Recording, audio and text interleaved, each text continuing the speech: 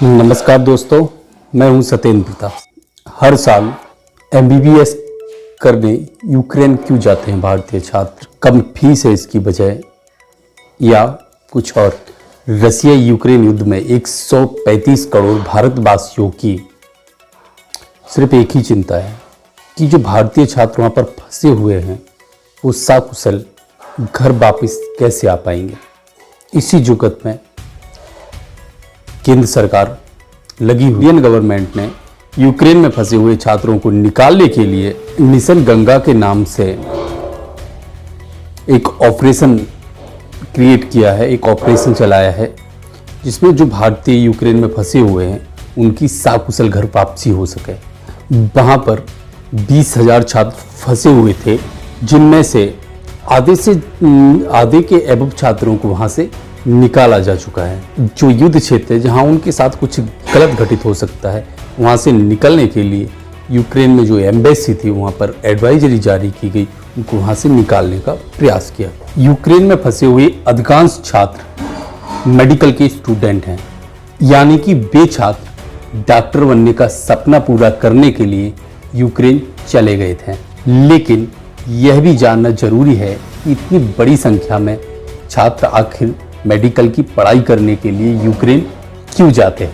Ukraine में medical की पढ़ाई करना किफ़ायती भी है और हिंदुस्तान से ज़्यादा सुविधाजनक भी है। भारत में जनसंख्या के अनुपात में मेडिकल की पढ़ाई करने के लिए संसाधन कम हैं, इसलिए हर साल बड़ी संख्या में भारतीय छात्र एमबीबीएस, बीडीएस की पढ़ाई करने के लिए यूक्रेन जैसे देशों में पहुंचते हैं।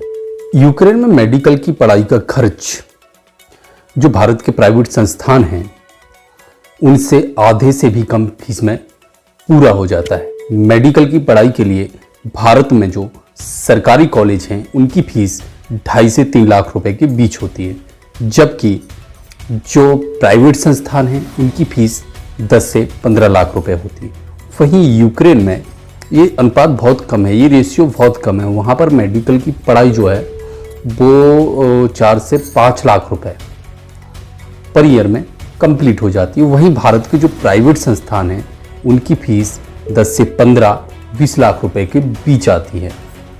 तो जो खर्च का रेशियो है ये बहुत बड़ा डिफरेंसेस क्रिएट करता है दोनों के बीच। यूक्रेन में एमबीबीएस की पढ़ाई का खर्चा 25 से 30 लाख रुपए के बीच आता है, जबकि हिंदुस्तान में वही एमबीबीएस का खर्चा 70 से 80 लाख रुपए के बीच आता है।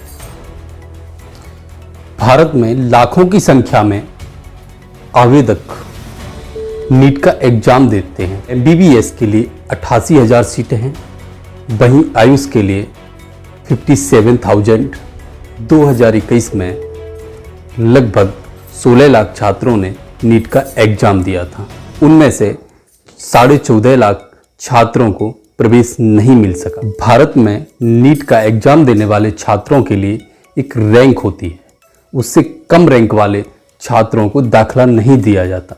जो छात्र नीट क्वालिफाई किए होते हैं उनकी रैंक कुछ भी हो, उनको वहाँ पर आसानी से दाखला मिल जाता है। जिन छात्रों को भारत में प्रवेश नहीं मिल पाता उनमें से ज़्यादातर छात्र यूक्रेन के संस्थानों में दाखला ले लेते हैं। एक तो वहाँ पर फीस भी कम है, दूसरा वहाँ सुविधाएं भी भारतीय संस्थानों से अच्छी हैं। यूक्रेन से डिग्री कंप्लीट करने के बाद उन छात्रों को FMCG की परीक्षा क्वालिफाई करनी होती है। उस परीक्षा को क्वालिफाई करने के बाद वो आसानी से भारत में प्रैक्टिस कर सकते हैं।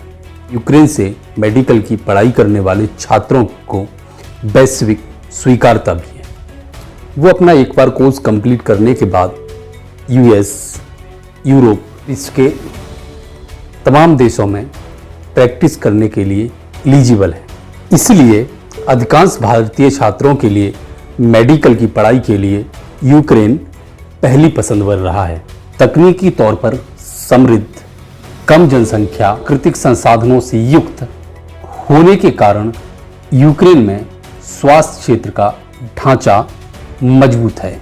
यहाँ हेल्थ इंफ्रास्ट्रक्चर के मामले में यूक्रेन बड़े बड़े देशों को मात देता है। आप ऐसे समझें यूक्रेन और भारत में मेडिकल की पढ़ाई का अंतर। भारत में नीट आधारित कठिन प्रक्रिया, जबकि यूक्रेन में क्वालिफाइंग ही काफ़ी है। दाखला प्रतिस्पर्धा, भारत में 1.5 लाख सीटों के लिए 16 लाख छात्र आवेदन करते हैं, जबकि वहाँ स्थानीय आवेदकों के अलावा पर्याप्त सीटें उपलब्ध हैं।